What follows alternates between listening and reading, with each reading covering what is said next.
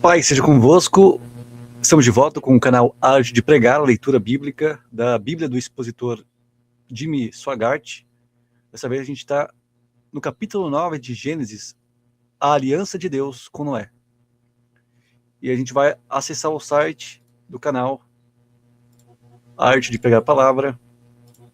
Para quem ainda não conhece, Arte de Pregar Palavra, letra minúscula, tudo junto, .blogspot.com, você tem acesso a todos esses conteúdos. E aqui estamos aqui, ó.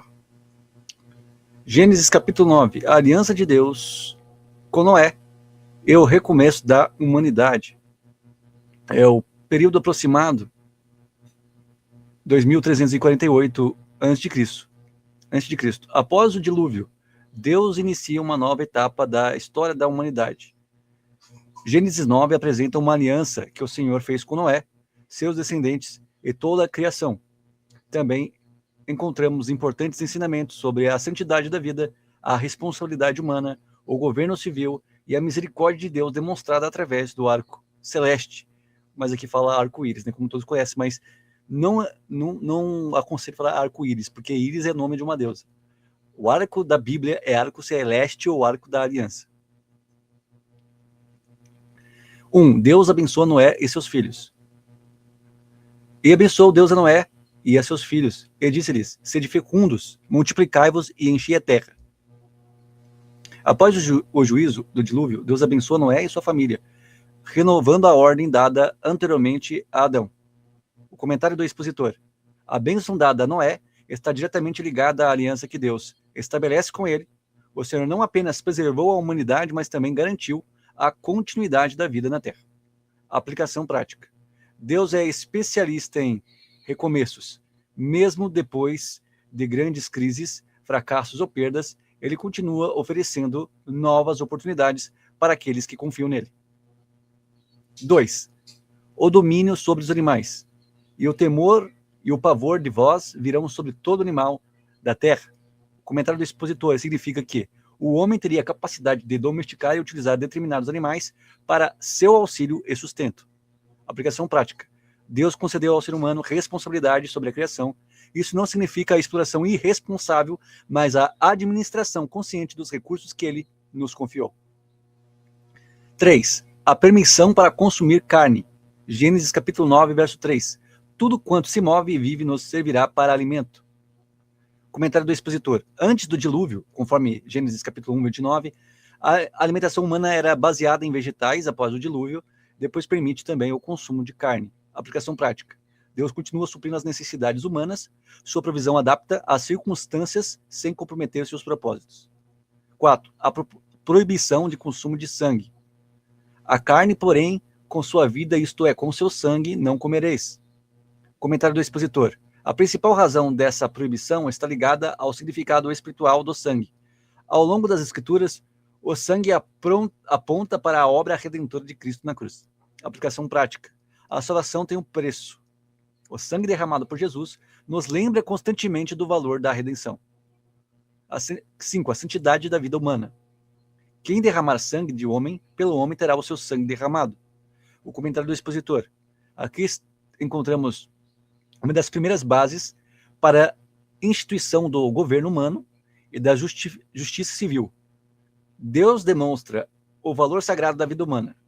Comentário do leitor: esses versículos também mostram que a vida pertence a Deus. Por isso a Bíblia condena tanto o homicídio quanto o suicídio. Aplicação prática: toda a vida humana possui dignidade porque foi criada à imagem de Deus. 6. Aliança universal. Deus estabelece uma aliança não apenas com Noé, mas também com seus descendentes e toda a criação. O meu arco tenho posto nas nuvens. O comentário do expositor nos diz que o arco nas nuvens é o sinal visível da aliança eterna de Deus com a terra. O Senhor promete que nunca mais destruirá toda a humanidade por meio de dilúvio global. O arco celeste não impede enchentes locais, mas garante que jamais ocorrerá outro juízo mundial por águas. Comentário do leitor: tecnicamente, o fenômeno é um arco celeste. O arco-íris tornou-se um símbolo universal da fidelidade de Deus. O arco-íris tornou-se um símbolo universal da fidelidade de Deus, porém foi trocada por causa desse nome íris. Íris é o nome de uma deusa. Aplicação prática: é a aliança, arco da aliança. Quando vemos o arco da aliança, podemos lembrar que Deus continua fiel às suas promessas. 7. Filhos de Noé: Sem, Cã e Jafé. O comentário do expositor: toda a população atual descende desses 3 filhos de Noé.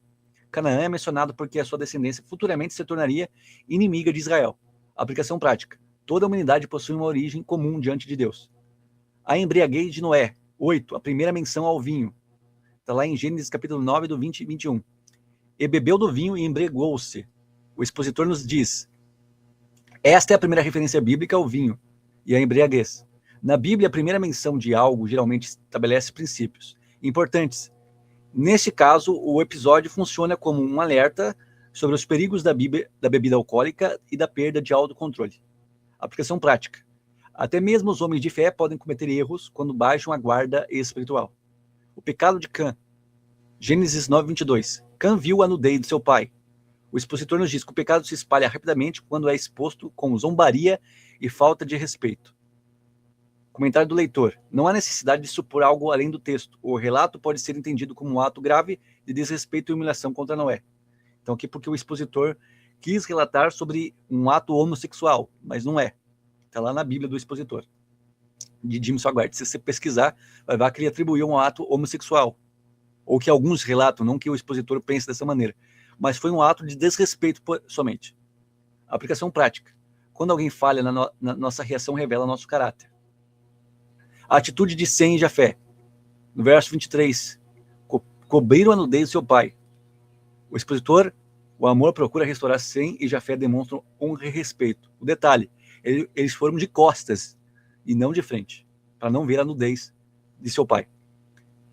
Devemos ajudar pessoas a se levantarem e não ampliar suas quedas, né? Não aumentar ali a vergonha da pessoa. A maldição de Canaã. O julgamento sobre Canaã. Do verso 24 a 27. O expositor nos diz: a maldição recaiu sobre Canaã e seus descendentes. Não existe qualquer fundamento bíblico para associar essa passagem à cor da pele de qualquer povo. Diversos descendentes de Cã não eram negros. A maldição estava relacionada especificamente aos cananeus e ao seu futuro relacionamento com Israel.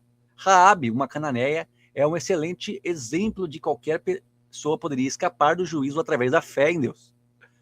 Comentário do leitor: que no passado alguns grupos religiosos interpretaram erroneamente a essa passagem para justificar preconceitos raciais. Um exemplo conhecido foi a antiga posição de alguns líderes mormons no século XIX. Posteriormente, tais interpretações foram abandonadas. A Bíblia não ensina superioridade racial. Todos os seres foram criados por Deus. Existia até a fala de que a marca de Caim foi ser negro, mas a Bíblia não fala nada sobre cor da pele. O evangelho derruba barreiras étnicas, sociais e culturais. A bênção sobre Sem e Jafé. Comentário do expositor: a linhagem de Sem surgiria de Israel e posteriormente o Messias. A bênção alcançaria também os descendentes de Jafé, representando a futura inclusão dos gentios no plano de salvação. O plano de Deus sempre teve alcance mundial. E a conclusão é que Gênesis 9 nos ensina que Deus é um Deus de recomeços. A vida humana possui um valor sagrado. A justiça existe porque Deus é justo. O pecado traz consequências. O amor cobre e restaura. A fidelidade de Deus permanece para sempre.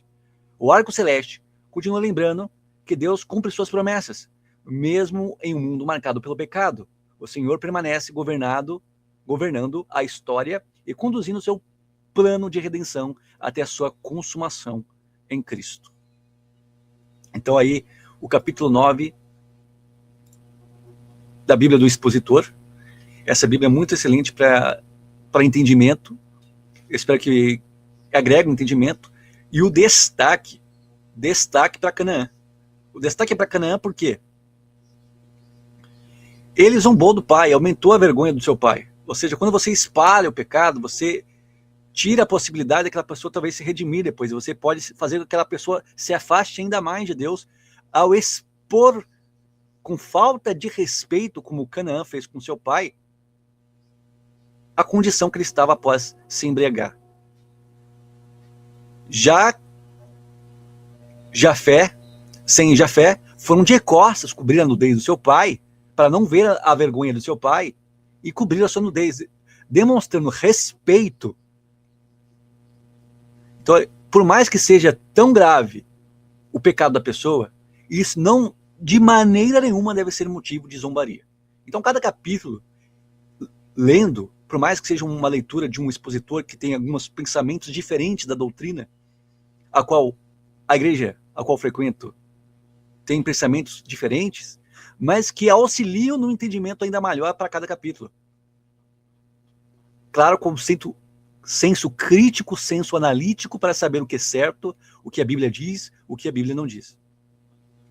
Então fica esse ensinamento. Não expor a vergonha à pessoa e conseguir aconselhar a pessoa com sinal de respeito, para que ela não se afaste de Deus. Porque se não fosse o pai de Canaã ali, se colocássemos para agora, para nós, essa maldição que foi jogada sobre Canaã, se colocássemos para nós agora, além de zombarmos daquela pessoa, expor aquela pessoa que errou a vergonha, espalhar o pecado dela para as outras pessoas, como Canaã quis fazer, zombar de seu pai, poderíamos perder a salvação daquela pessoa, jogar aquela pessoa ao mundo e se sentir envergonhada, ela nunca mais voltar, e além disso, a gente vai prestar conta dessa alma que a gente fez que fosse para longe do Senhor. Então, grandes ensinamentos saem desse capítulo 9. Então, continue a leitura, que Deus nos abençoe. Até o próximo capítulo da Bíblia do Expositor, da leitura da Bíblia do Expositor de Jimmy Swaggart. Até a próxima, que Deus nos abençoe.